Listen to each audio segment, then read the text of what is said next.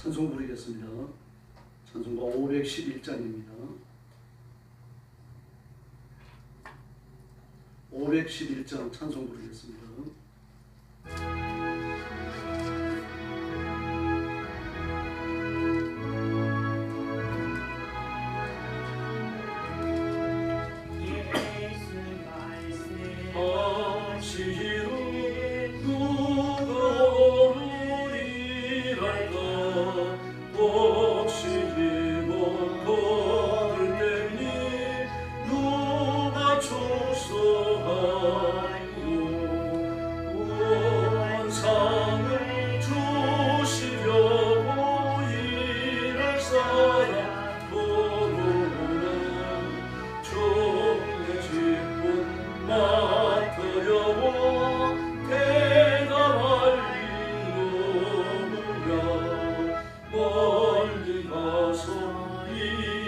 사람 구원하지 못하라.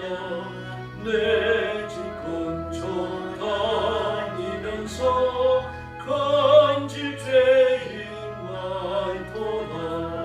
천사같이 말 못하고 밥을 갖지 못하나. 예수께서 고소함을 힘을 다해 전하세.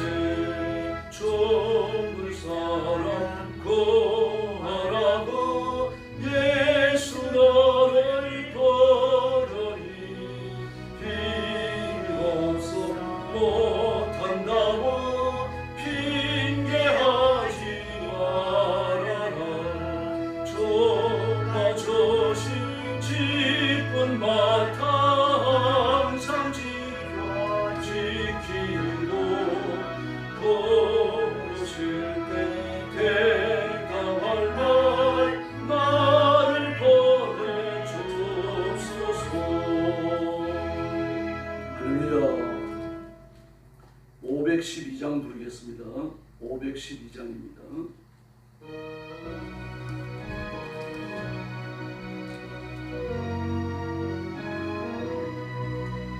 손짐을 버리고 죄에 빠진 우리도 예수 영접하시니 어찌 감사할까.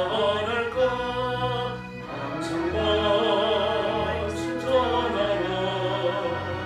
죄인 영접하신다. 얽힌 말씀 전하라. 죄인 영접하신다.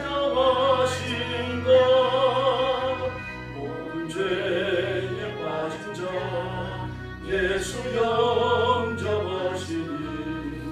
너도 죽게 하면 편히 쉼을 얻으리. 항상 말씀 전하라. 죄인 영접하신다. 얽힌 말씀 전하라. 죄인 영접하신다. 지금 마음이 변하고 지금은 없어도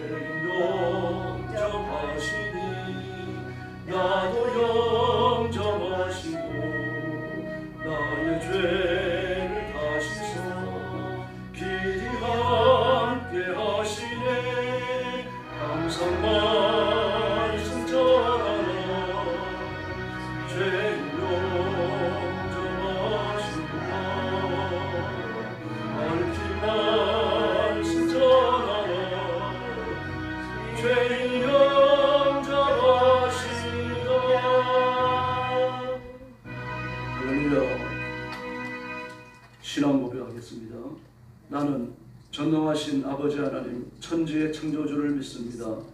나는 그의 유일하신 아들 우리 주 예수 그리스도를 믿습니다.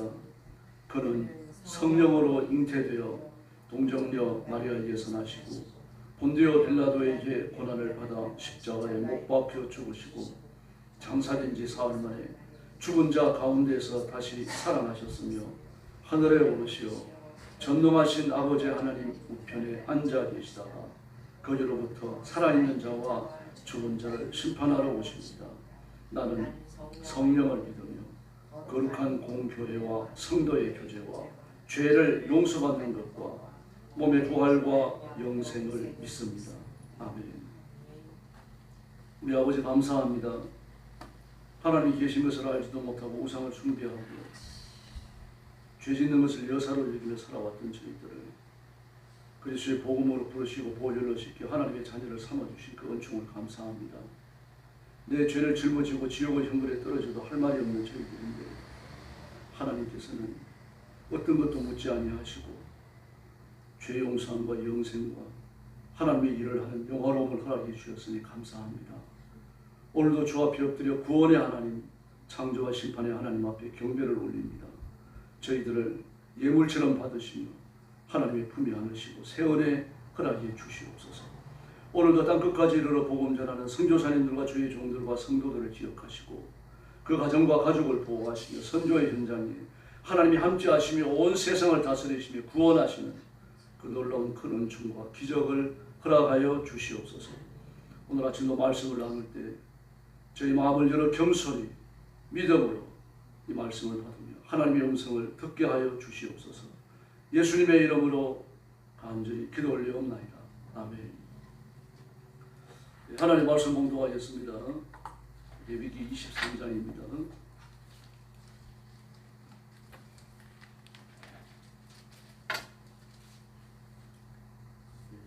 1절 말씀부터 봉독하겠습니다.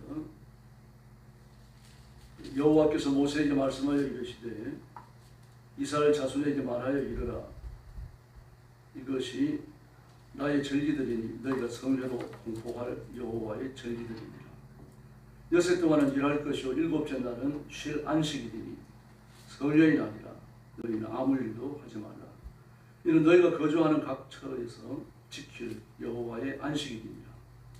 이것이 너희가 정한 때에 성회로 공포할 여호와의 전리들이니라. 첫째 달 19날 저녁은 여호와의 유월절이요 이날 15째 날은 여호와의 무교절이니 이래 동안 너희는 무교병을 먹을 것이요 그 첫날에는 너희가 성회로 모이고 아무 노동도 하지 말지며 너희는 이래 동안 여호와께 화제를 드릴 것이요 일곱째 날에도 성회로 모이고 아무 노동도 하지 말지니라. 여호와께서 모세에게 말씀하여 이르시되 이스라엘 자손에게 말하여 이르라. 너희는 내가 너희에게 주는 땅에 들어가서 너희의 곡물을 거둘 때에 너희의 곡물의 첫 이삭 한 단을 제사장에게로 가져갈 것이요 제사장은 너희를 위하여 그 단을 여호와 앞에 기쁘게 받으심이 되도록 흔들되 안식일 이튿날에 흔들 것이며 너희가 그 단을 흔드는 날에 1년 되고 흠없는 순양을 여호와께 번제로 드리고 그 소재료는 기름 섞은 고운 가루의 10분의 2 에바를 여호와께 드려 화제로 삼아 향기로운 냄새가 되게 하고 전제료는 포도주 4분의 1 흰을 쓸 것이며 너희는 너희 하나님께 예물을 가져오는 그날까지는 떡이든지 볶은 곡식이든지 생이 이삭이든지 먹지 말지니 이는 너희가 거주하는 각처에 대대로 지킬 영원한 규례니라. 안식일 이튿날 곧 너희가 요제로 곡식단을 가져온 날부터 세워서 7 안식일의 수요를 세우고 7 안식일 이튿날까지 합하여 51일 계수하여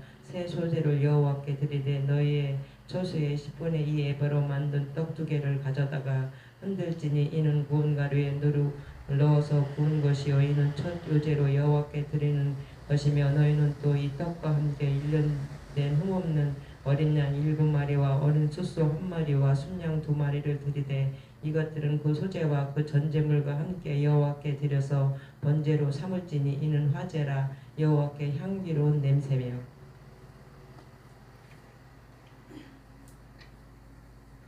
또 수염소 하나로 속죄제를 드리며 1년 된 어린 순양 2마리를 화목제물로 드릴 것이요 제사장은 그 첫 이삭의 떡과 함께 그 두 마리 어린 양을 여호와 앞에 흔들어서 요절을 삼을 것이요 이것들은 여호와께 드리는 성물이니 제사장에게 돌릴 것이며 이날에 너희는 너희 중에 성회를 공포하고 어떤 노동도 하지 말지니 이는 너희가 그 거주하는 각처에서 대대로 지킬 영원한 규례니라. 너희 땅에 곡물을 벨 때 반 모퉁이까지 다 베지 말며 떨어진 것을 줍지 말고 그것을 가난한 자와 거림을 위하여 남겨두라. 나는 너희 하나님 여호와이니라. 여호와께서 모세에게 말씀하여 이르시되 이스라엘 자손에게 말하여 이르라.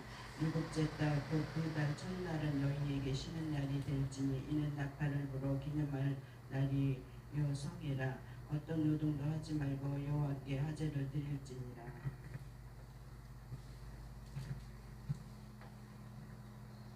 여호와께서 모세에게 말씀하여 이르시되 일곱째 달 열흘날은 속죄일이니 너희는 성회를 열고 스스로 괴롭게 하며 여호와께 화제를 드리고 이 날에는 어떤 일도 하지 말 것은 너희를 위하여 너희 하나님 여호와 앞에 속죄할 속죄일이 됨이니라. 이 날에 스스로 괴롭게 하지 아니하는 자는 그 백성 중에서 끊어질 것이라. 이 날에 누구든지 어떤 일이라도 하는 자는 내가 그의 백성 중에서 멸절시키리니 너희는 아무 일도 하지 말라. 이는 너희가 거주하는 각처에서 대대로 지킬 영원한 규례니라.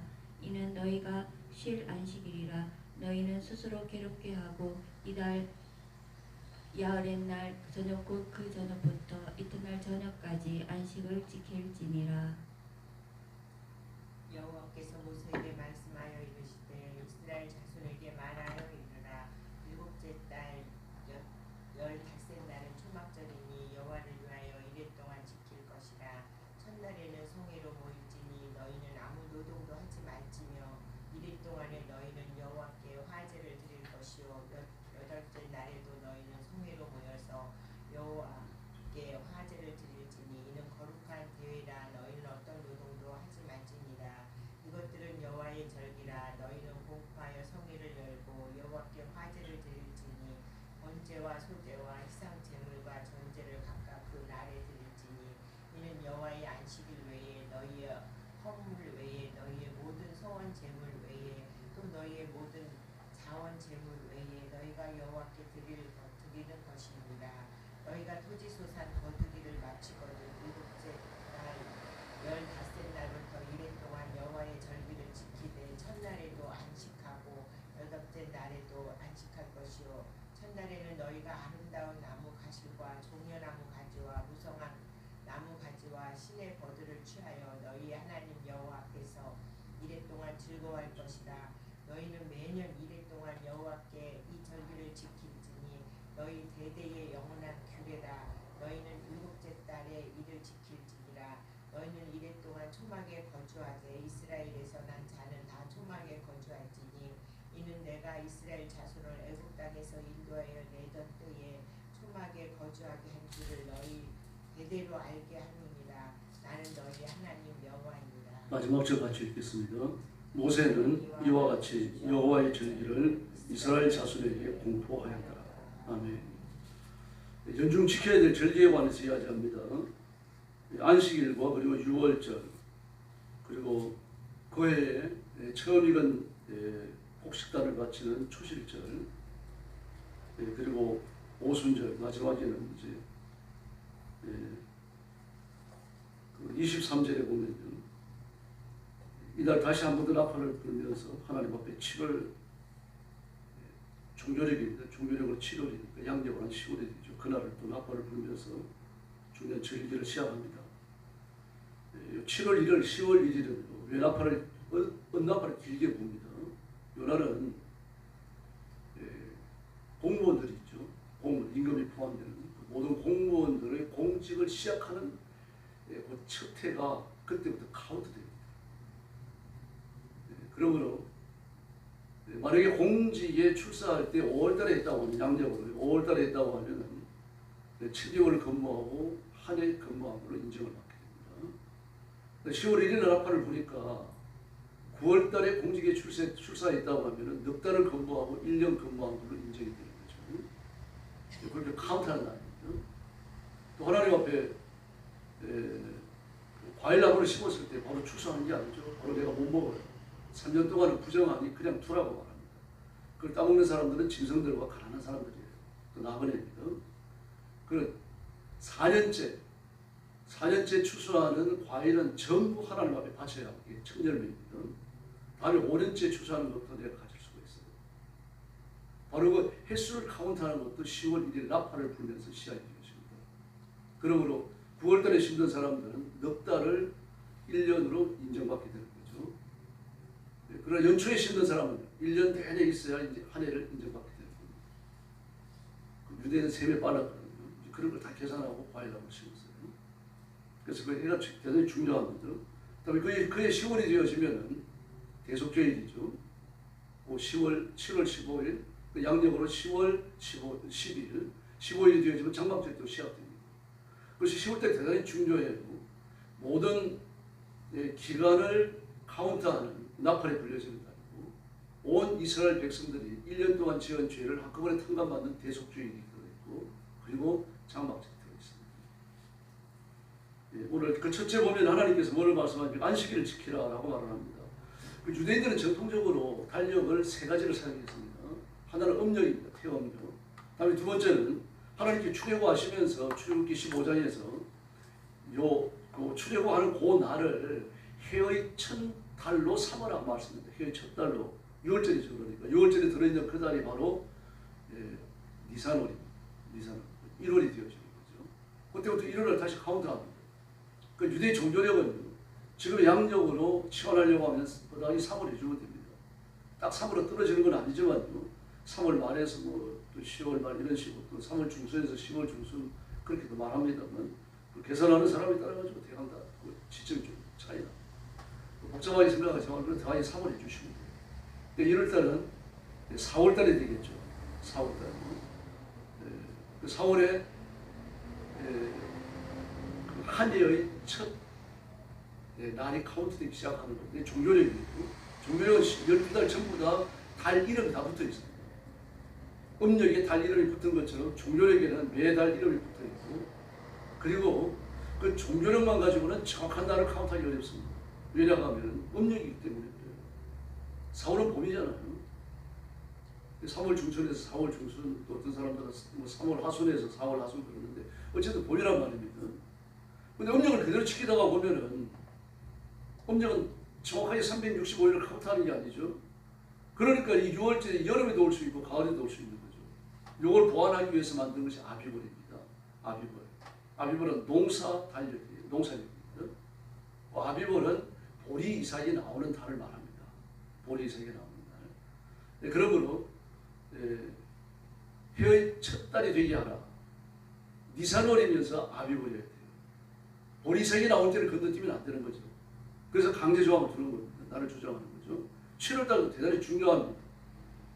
모든 공직이라든지 하나님 앞에 지켜야 될 그 한 기간의 날짜를 카운트하는 날이 10월 1일이거든요. 그리고 그 10월달에 대속절이 들어있고 또 장막절이 들어있고 그 매우 중요합니다. 7월이요. 7월이니까 양력으로 10월이 되는 거죠. 10월에 또 세 번째 이름이 들어가 있는데 그 음력이 있고 종교력이 있고 세 번째 이름도 역시 농사력인데 모든 걸 추수하는 절기라는 그런 뜻입니다. 그리고 8월달에도 들어가 있습니다. 불월이라고 부르는데 그것도 역시 종교적입니다. 그래서 6월절 그렇게 있고 하나님 앞에 5월달에 보니까 첫째 달 열 나흔 날 이렇게 말합니다. 1월 14일이죠. 이 달이 6월절에 되어집니다. 그리고 6절을 보면 이 달 15째 날은 여호와의 무교절이니 그렇게 말하고 있습니다. 그러니까 14일과 15일 쭉 해가지고 뭐 8일을 지킵니다. 무교절하고 6월절 7일만 있어서 8일을 지킵니다. 8일을 지키는 것이 또 절기가 들어있죠. 장막절이 있었습니다. 8일째 되는 날 축제를 모이면서 모든 일을 쉬도록 되어져 있습니다. 8을 중요시하셔. 왜 그렇습니까? 예수님께서 부활하신 날도 안식 후 첫날이죠. 오늘 본문에서 나옵니다. 이어가지고 9절부터 나오죠. 초실절입니다. 초실절을 지키는 것도 안식일 후 첫날, 8번째 날입니다. 8일입니다. 이거 잊으셔서 안 됩니다. 예수님이 부활하신 날도 마찬가지잖아요. 안식 후 첫날이죠. 안식 후 첫날. 우리가 오늘 현대 예배를 드리는 것도 안식 후 첫날입니다. 8번째 날. 다시 말해서 8이 들어가서 완전을 의미한다는 겁니다. 7이 완전이잖아요. 하나님의 수 3과 사람의 수 4 그래가지고 7이 완전수예요. 그러나 신약적 개념이 발전되어지면서 8이 완전수가 됩니다. 구약에도 있습니다. 나병 환자의 그 나병이 완전히 나았다는 것이 선포되는 날이 8일째 되는 날입니다. 그 나병에 관해가지고 그 민수기 13장과 14장이 자세히 나오죠. 그 보면 무서운 병입니다. 뭐 나병뿐만은 아닙니다만 겉으로 보기 아주 흉측스러운 병이요. 인간의 중요한 정체가 바뀌었다고 말할 정도의 심각한 질병들이요. 이런 질병은 죄의 결과를 받습니다. 그리고 그렇게 병 걸린 사람은 성전에 누구도 못 들어갑니다. 유철병에 대한 것도 나오죠. 그래서 13장, 14장은 나병에 대해서 15장, 16장이죠. 그건 유철병에 대한 16장과 17장은 유철병에 대해서 말하죠. 이 전부 다 뭡니까? 바알 숭배와 관련되어진 무서운 질병들을 다루고 있습니다. 죄와 바로 치환이 되는 죄들입니다. 이런 죄를 끌어안고는 성전에 들어갈 수가 없었던 겁니다. 근데 예수님이 어떻게 하십니까? 이런 사람들을 만나셔서 하나하나 치료하십니다. 예수님이 감기 환자나 몸살 환자 치료해 주신 게 아니죠. 못 보는 사람, 못 듣는 사람, 저런 나비에 걸린 사람들, 팔다리에 자녀가 있는 사람들, 불치의 병자들입니다. 성전에 들어갈 자격을 원천적으로 상실한 사람들, 그들을 치료하죠. 그리고 그들을 데리고 성전에 들어가셨던 겁니다. 그리고 유대인이 이걸 생각할 때마다 뭘 떠올리겠습니까? 이사야서 35장과 61장이죠. 예수님이 오셔서 불치의 병자들을 치료하시는 그런 메시아 가실 일에 관하고 구약에서 이런 말들이 예언되어져 있습니다. 유대인들은 그 메시아 대망 사상과 더불어 이사야 35장과 61장은 외울 정도로 배웁니다. 그런데 예수님이 오셔가지고 그 기적을 행하셔요. 지금 랍비들로부터 메시아가 오셔서 무슨 일을 할 것인지에 대해서 귀따가 들어왔어요. 근데 예수님이 오셔서 메시아 일을 행하시잖아요. 그럼 그걸 보면서 뭘 떠올리겠습니까? 이사야 35장과 61장을 떠올릴 수밖에 없어요. 아, 이분이 메시아구나. 이렇게 되는 겁니다. 그래서 랍비들은 미래에 일어날 중요한 일들을 구약의 교훈과 매치시키는 교육을 꾸준히 해왔어요. 그래서 일종의 예언적 사역이죠. 예언적 사역입니다. 예언은 아니지만 예언적 성격을 지니고 있잖아요. 이런 사람을 보거든, 이런 일을 하는 사람을 만나거든, 이런 현상들이 일어나거든, 이렇게 된 줄 알라. 일어나는 사건과 사물 자체가 목적이 아닙니다. 일어나는 사건과 사물은 이미 구약이 진술된 교리를 떠올리게 하기 위해서입니다. 그러므로 원인과 결과의 관계가 있는 거죠. 이것이 쌍을 이룰 때, 그때 계시, 진리가 결실이 됩니다. 랍비들은 그 일을 해왔어요. 그 미드라시나 미시라나 이런 작업들이 파트에 되어져 있습니다. 랍비들이 한 일이 굉장히 중요해요. 그래서 이 중요한 교육 방법을 현대교회는 많이 잃었습니다. 뭐 처음 잃었다고도 말할 수 있는 그런 부분들이 있습니다. 그래서 신약의 교훈들이 구약이 어떤 교훈과 매치가 되는가? 신약의 교훈을 읽으면 아, 구약이 이런 교훈과 바로 매치가 돼야 되거든요. 우리는 그만큼 성경을 못 읽으니 그게 또 문제입니다. 오늘 이렇게 6월절을 지켰습니다. 6월절을 지키는 것은 예수님이 이 땅에 오셔서 우리 죄를 짊어지실 것에 대한 구약적 상징이죠. 우리가 믿음으로 구원받는다 그러니까 너무 쉽게 생각합니다. 실제로 6월절이 어떻게 일어납니까? 한 가정당 양 한 마리를 잡습니다. 식구가 적으면 이웃 가정과 더불어 한 마리를 잡아요. 그것도 14일간 데리고 있다가 합니다. 1년 안쪽의 어린 양입니다. 1년 안쪽의 어린 양. 1년 안쪽의 어린 양을 선택하는 이유는 털이 희기 때문입니다. 1년이 지나가면 털이 아이보리로 바뀝니다. 흰색입니다.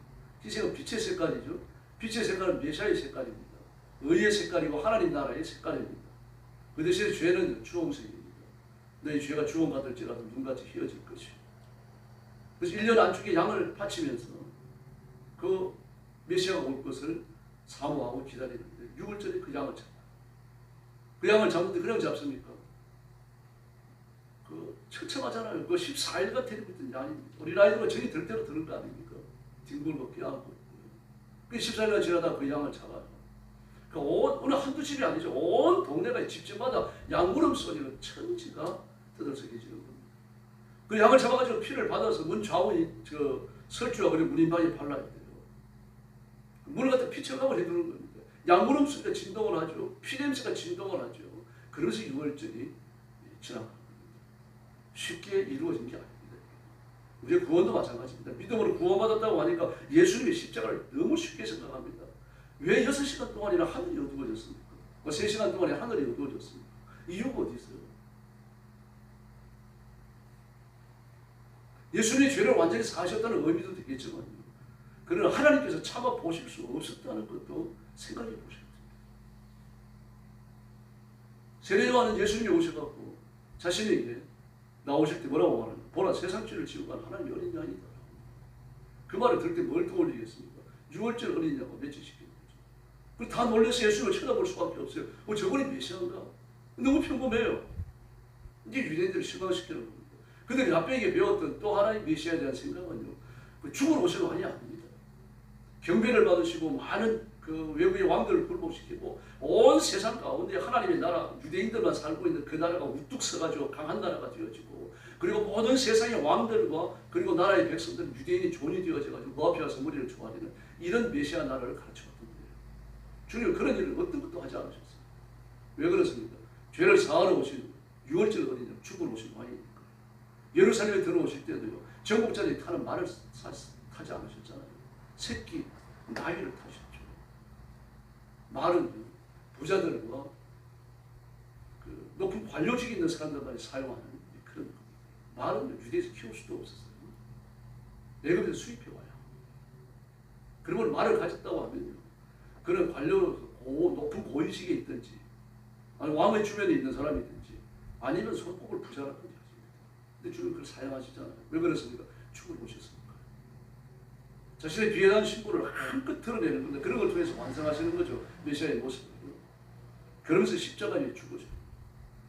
주님이 십자가에 오르실 이유가 있습니까? 하나밖에 없잖아요. 저와 여러분의 죄를 사하는 겁니다. 우리가 그만큼 가치 있는 인간입니다. 절대로 그렇지 않습니다. 많은 사람들이 오만합니다. 성경에 나타나는 창세기 3장의 반역부터요, 그 마지막 예수님께 대항하는 집그릇의 반역까지 반역에 대한 역사를 세세히 공부하셔야 됩니다. 그 반역은 지금도 계속되고 있어요. 모양만 달라져요. 처음에 마귀는 하나님께 대항할 때 하나님의 자리를 찬탈하려고 했습니다. 내가 쫓기죠. 계시록 12장에처럼요. 그런 이후에는 하나님께 대하여 절대로 공격하지 않습니다. 다만 하나님이 지으신 모든 피조물들을 죽음과 절망과 심판으로 보는 거예요. 이유는 하나밖에 없습니다. 하나님이 하시는 일을 실패로 돌아가게 하기 위해서입니다. 그게 자기가 사는 일이잖아요. 하나님이 실패하시면 단 한 사람의 구원이라도 하나님이 계획하셨다가 실패하셨다고 하는 거예요. 마귀의 실패도 용서하셔야 됩니다. 그런 죄인의 죄를 용서해서 천국에 보내신다면 마귀도 용서하셔야 됩니다. 그래서 마귀를 철저하게 하나님이 지으신 인간과 역사를 타락시키고 하나님의 영생하는 은혜로부터 끌어내기 위해 온갖 노력을 다 합니다. 이게 하나님의 반역으로 나타납니다. 마귀가 정권을 주는 반역도 여러 번 있었어요. 인간의 리더십이라고 볼 수 있는 그런 리더십이 성경에 몇 곳에 나옵니다. 앞으로도 나올 거예요. 주님은 그 모든 저주 방해를 끌어내시고 그리고 십자가에 죽으십니다. 예수님이 살아계실 때 예수님께 대한 잘못된 메시아 대왕사상을 심어주고 그 적어도 수천 년에 걸쳐갖고 하나님 말씀이 주전 1500년에 주어지거든요. 그러니까 적어도 그 말씀이 1500년 이후에 유대인들에게까지 전달되어 내려오는 과정에서 메시아 대왕사상이 그 중심사상은 변하지 않습니다만 그 변두리 교원들이 얼마나 망가져 있는지 모릅니다. 메시아에 대해서 생각이 완전히 망가졌거든요. 그걸 누가 합니까? 마귀가 철저히 무너뜨리는 겁니다. 근데 실제로 예수님이 이 땅에 오셨을 때 다 알아요. 그분이 메시아인 줄 압니다.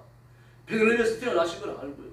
그렇지만 외면에 왜 그렇습니까? 지금까지 그들이 가르쳐왔던 장로들의 유전, 그리고 랍비들의 유전, 이런 유전들, 이런 가르침들과 메시아 사이 다르기 때문에 그렇게 초라히 오시면 안 되는 겁니다. 온 세상을 다스리시는 왕 중에 왕으로 오셔야 된다고 생각하는 거죠. 이 잘못된 메시아. 그들 메시아닉 에이지를 기다린 사람들이죠. 십자가에 죽으시고 죄를 대속하시는 구세주 메시아를 기다린 게 아닙니다. 이걸 보여주는 중요한 것이 십자가에 죽으심, 그리고 6월절 어린 양. 만약에 예수님께서 죽으러 오시는 분이시고 그리고 산 제물로 바쳐지러 오시는 분이 아니었다고 하면 6월절 어린 양은 계시되지 않습니다. 그리고 나서 뭐가 나옵니까? 이 초실절이 나와요. 이 초실절은 그 10절에 보니까 첫 이삭 한 달을 언제 드립니까? 안식일에 드린다고 했죠. 안식일에. 무슨 안식일입니까? 6월절이 들어있는 그 주간의 안식일 다음 날이에요. 비껴나면 안 됩니다. 6월절이 들어있는 그 주간의 안식일 다음 날이에요. 그날 온 이스라엘 전역에서 가장 먼저 이건 보리한단을 하나님 앞에 바칩니다. 이게 초실 예물이죠. 초실절. 그리고 나서 보리 추수가 시작돼요. 아무리 내 밭에 그 곡식이 다 익었더라도 보리가 다 익었더라도 보리가 먼저 추수됩니다. 보리가 한 열흘에서 보름 정도 먼저 추수가 됩니다. 그러면 이 보리가 이렇게 추수되면 다 익었어요. 다 익었지만 그럼 낫될 수가 없습니다. 왜냐하면 초실절을 지키지 않았기 때문이에요. 초실절을 지키지 않은 상태에서 보리를 베면요 죄 있다고 인정되어집니다. 벌금을 내는 걸로 끝나지 않아요. 하나님이 저주를 받는다고 생각을 했고 그의 농사를 다 망친다고 생각을 합니다. 물론 그런 생각이 옳은 건 아닙니다. 또 그렇다고 여자 하나님께 벌을 내리신 것도 아니고 그런 생각을 갖고 무장되어 있었어요. 그래서 초실 예물을 바치기 전에는 절대로 나서는 안 됩니다. 이 초실 예물 보리 한 달을 가져오는 거죠. 이걸 흔들어서 바칩니다. 그리고 나서 그때부터 오순절이 시작되는 거예요. 그래서 하나님 앞에 이 초실절 예물을 바친 그날부터 50일간 그날을 첫날로 카운트하는 겁니다. 그날을 첫날로 카운트해가지고 50일간을 카운트하고 그 다음날 51일째 하나님 앞에 오순절을 지켰던 몇 주죠? 그날 절기를 지켰던 거예요. 77절이라고 하죠. 7일 7번 지나가니까요. 오순절에서 수는 10지 않습니까? 5가 10이 5번 오순절이죠. 매우 중요합니다. 그리고 유대인들은 1년에 단 한 번이 아니라 50일간을 꼭 가정 예배를 드립니다. 어느 가정도 누락되지 않아요. 초실 예배를 바치는 그날 저녁에 가족들이 다 모였을 때 가장이 외칩니다. 오며 첫째 날입니다. 오면 오순절을 말합니다. 오순절 50일 기간의 첫째 날입니다. 이렇게 선언을 하고 예배를 드립니다. 둘째 날은요. 오며 둘째 날입니다. 오며 셋째 날입니다. 이렇게 철저히 오순절 기간을 카운트하게 되어 있습니다. 각 가정마다요. 온 이스라엘 백성들이 50일을 철저히 카운트합니다. 그리고 보리 추수와 밀 추수를 다 끝나고 그 다음에 오순절 그 절기를 지켰던 겁니다. 그래서 이 초실절이 굉장히 중요합니다. 예수님을 누구시라고 말합니까? 부활의 첫열매라고 그러죠. 초실절이에요. 첫열매를 말을 들으면 유대인들은 자동적으로 초실절을 떠올립니다. 초실절을 이 보리 한 달을 하나님 앞에 바침으로 계속하여 추수가 이루어지는 거죠. 그런데 예수님이 바로 이 초실절 첫열매입니다. 첫열매. 그러면 예수님께 부술 때는 우리도 반드시 추수되어지고 천국에 들어갈 줄로 믿습니다. 이들이 자연적으로 따라오게 되는 겁니다. 랍비들의 교육 방법을 생각하셔야 됩니다. 앞으로 일어나는 중요한 사건과 사물과 일은요 반드시 먼저 주어진 진리와 결합되어야 됩니다. 그러므로 앞으로 이루어질 일들요 이것과 과거의 어떤 사건과 사물이 매치가 되는 이때가 뭡니까? 진리가 응답하는 순간입니다. 근데 이 보리 생을 어디서 가져왔을까요? 아무리 뭐 경상북도만한 땅이라고 하더라도 그 넓은 땅에서 보리 농사를 다 지면 어디서 가져올 거예요? 예수님 다시 고라신에서 가져왔어요. 그래서 고라신 사람들의 교만이 하늘에 닿았습니다. 봐라, 우리가 얼마나 거룩하고 의로우면 우리 땅에서 나는 이 보리 한 달을 하나님 앞에 먼저 초실절 예물로 바치겠는가. 예수님께서 고라신 사람들을 야단을 치신 정도가 아니라 저주하셔요. 화 있을진저 고라시나 화 있을진저. 화가 뭡니까? 심판 아닙니까? 하나님의 저주예요. 이 심판당할 놈들아 그렇게 말합니다. 그럼 심판당할 놈들, 심판당할 사람들이 천국에 있습니까? 없어요. 이 지옥에 버려질 인간들은 그렇게 말씀하시는 거예요. 고라시나 저희가고요. 단지 처음 익은 그 보리 한 달이 자기에게서 나왔다 그래가지고요. 마치 이스라엘 중에서 특별한 대접을 받는 걸로 착각하지 말라는 거예요. 내가 은혜 받고 내가 능력 받고 내가 부자 받고 내 병이 나았다. 하나님 앞에 특별 취급 받는 거 아닙니까? 마음도 받는 은혜입니다. 교만해질 일이 아니라 감사해야 되는 거죠. 나한테 이런 은혜를 베푸셨구나. 감격해야 됩니다. 구원도 마찬가지입니다. 롯의 처지를 생각하십시오. 롯의 처지. 가다가 소돔을 뒤돌아보잖아요. 그러면 1시간을 봤어요. 뭐 2시간을 봤습니까? 잠깐 돌아본 거 아닙니까? 2초, 3초 아니겠어요? 그런데 그 소돔은 그 사이에 소금기가 많아놓으니까 그 표층을 뚫고 내려가면 바로 소금층입니다. 그 소금층이 터지면서 소금이 솟구쳐 올라온 거 아니에요. 그리고 이 롯의 처를 감싸버린 겁니다. 그리고 그대로 붙어버렸어요. 거기 평생 동안 뭐 재물이 있는 거 아닙니까? 자기가 그 신앙을 위해서 만들어놨던 이니테이션이 뭐 한 분이 있겠습니까? 그리고 소돔 사람들 부자가 되놓으니까 집을 아주 사치스럽고 고아롭게 꾸몄어요. 이거 잊을 수 있겠어요? 자, 이런 짐승들이 한두 마리가 수천 마리의 짐승이 있죠. 수백 마리의 짐승이 있죠. 이걸 다 들고 와야 되니까 어떻게 그 뒷꼭대기에 건져거리지 않겠어요? 그거 돌아봤을 뿐입니다, 여러분. 이건 우리는 안 합니까, 여러분? 세속적인 것들이 그 끌어 당겨져갖고 우리가 믿음을 뒷전에 둘 데가 없느냐고요, 여러분. 롯의 처보다 더 하잖아요. 근데 우리는 구원받았어요. 소금 기도가 안 됐습니다. 아나니와 삽비라와 다를 것도 없지만 우리는 멸망받아 죽지 않았어요. 이게 자랑할 일입니까? 아니 손이 따끔하고 소름 끼쳐야 될 일입니까? 이게 바울 사도 베드로 사도께서 뭐라 그럽니까? 두렵고 떨림으로 너희 구원을 이루라 그랬던 죄와 싸워야 됩니다. 말씀대로 살기 위해서 예수님이 말씀하신 것들 눈이라도 찍어내고 손이라도 찍어내고 그리고 죄와 치열하게 싸우면서요. 차라리 자녀를 가지고 천국에 들어가는 게 낫다는 거예요. 누릴 거 다 누리고 쾌락 누릴 거 다 누리고 막 그냥 온갖 덕태기로 이렇게 살아가다가 말입니다. 그거 교훈이라 가지고 천국가 그런 생각하지 말라는 얘기입니다. 그런 생각을 가지고 사는 사람이 있다면 고린도전서 13장에서 뭐라 그럽니까? 너희가 구원받았다면 구원받았다는 사실을 증명하라 그러잖아요. 이걸 증명할 수 없다면 너희 버리고 자라고 말이에요. 죄와 싸우는 치열한 삶이에요. 세상의 것을 누려서 안 됩니다. 그걸 전부 다 포기하란 말입니다. 그런 뜻은 아니죠. 그게 우선순위에 들어있어서는 안 된다는 얘기입니다. 돈 3만 원 갖고 거짓말하고 또 5만 원 가지고 남을 모함하고 이래서는 안 된다는 얘기입니다. 뭐 요즘은 그런 일이 없지만 물건을 사고 현금 거래할 때 잔돈이 더 왔으니까 돌아가서 돌려줘야 돼요. 기분 좋다고 올리는 거예요. 이런 교본들로 저희들 쭉 살펴보셔야 됩니다. 그래서 오늘 아침 기도하시면서 내가 어떤 은혜를 받았는지 한 번 더 묵상하시길 바랍니다. 그리고 구원받았다는 사실을 묵상할 때마다 내 가슴이 터질 것처럼 벅차야 됩니다. 나 같은 게 다 구원받았구나. 그래서 식사 기도할 때도요. 하나님 저를 지옥에서 건져주셔서 감사합니다. 기도 빠지시면 안 됩니다. 잠깐 눈을 감고 묵상할 때도 마찬가지입니다. 구원받은 겁니다. 생각날 때마다 기도할 때마다 걸어갈 때마다 의식이든 무의식이든 감사해야 돼요. 일상의 삶이 되어야 됩니다. 그래서 구원받은 자로서 죄와 싸우며 사단의 권세를 깨뜨리고 악한 영들을 몰아내고 우리 삶의 깊은 저변에까지 하나님의 통치를 선포하고 성취하는 존귀한 일꾼들이 되기를 예수님의 이름으로 축원합니다. 자비로우신 아버지 감사합니다. 오늘 아침도 저희들이 주신 절기에 관한 교훈을 잠깐 나누었습니다. 이렇게 우리가 절기를 지키며 예수 그리스도의 십자가와 구원을 묵상하고 주님의 부활하심과 성령님이 오심과 그리고 재림까지 이다 보면서 우리가 소망 속에 살아가도록 역사해 주시옵소서. 이 땅에서 누리는 세속적인 재미와 쾌락, 이 땅에서 얻는 마음의 즐거움들 때문에 신앙에 손해보지 않도록 도와주시고 오히려 그런 것들을 포기함으로 영적인 만족감과 인생에 대한 하나님의 은혜로 날마다 더 새로워지는 그런 축복의 삶이 계속되게 하여 주시옵소서. 우리가 세상에 살지만 땅에 속한 사람은 아니며 우리가 대한민국 백성이지만 천국 백성이며 우리가 나라의 헌법을 지키지만 온순하게 하나님 앞에 복종하는 깨어있는 그리스도인으로 하나님 앞에 드려지기에 부족함이 없는 제물들 되게 하여 주시옵소서. 오늘 새벽도 기도하기 위해서 왔습니다. 기도의 새 능력과 권세를 주시고 기도를 통하여 하나님의 거룩한 임재를 체험하는 귀한 새벽이 되게 하여 주옵소서. 성도들 가정을 지키시고 선언하는 일에 복을 주시며 자녀들이 다 예수 믿어 번성하는 삶을 누리게 하여 주시옵소서.